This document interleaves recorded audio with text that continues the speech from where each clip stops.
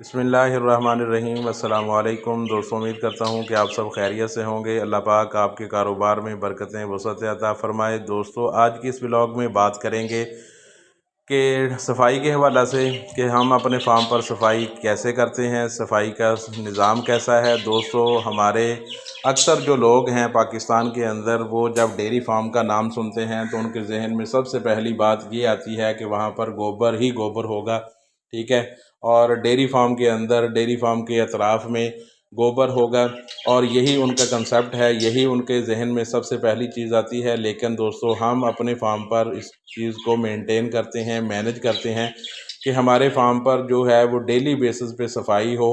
और आपको हमारे फार्म के अंदर किसी भी जगह पर, फार्म के अंदर या फार्म के बाहर गेट के आसपास या फार्म की हदूद के करीब, आपको हमारे जानवरों का जो गोबर है वो आपको कहीं भी इकट्ठा नज़र नहीं आएगा।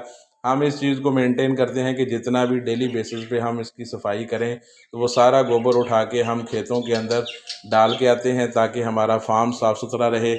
आने जाने वाले जो हैं वो भी जो हैं इसको, उनको भी अच्छा लगे, स्मेल वगैरह ना आए। और जो सबसे मेन चीज़, जो जानवर जहाँ पर रह रहे हैं उनके लिए साफ़ सुथरा माहौल जो है वो प्रोवाइड किया जाए। तो इसलिए हम कोशिश करते हैं कि डेली बेसिस पे सफाई का निज़ाम जो है वो चेक होना चाहिए।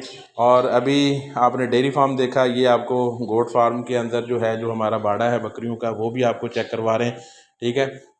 डेली बेसिस पे यहाँ भी सफाई हो रही है। आप देखें कि माशाल्लाह बकरियां हैं कितनी, और उसके बावजूद नीचे सफाई जो है वो कंप्लीट, मतलब कि 24 घंटे में एक दफ़ा लाजमी हमने सफाई करनी होती है। और जितना गोबर हो वो सारा उठा के हमने बाहर जो है वो खेतों के अंदर रखना होता है। फार्म के अंदर या फार्म के अतराफ़ में गोबर नाम की कोई चीज़ नहीं होती। इस तरीके के साथ हम अपने फार्म को सफाई के लिहाज से मेंटेन करते हैं।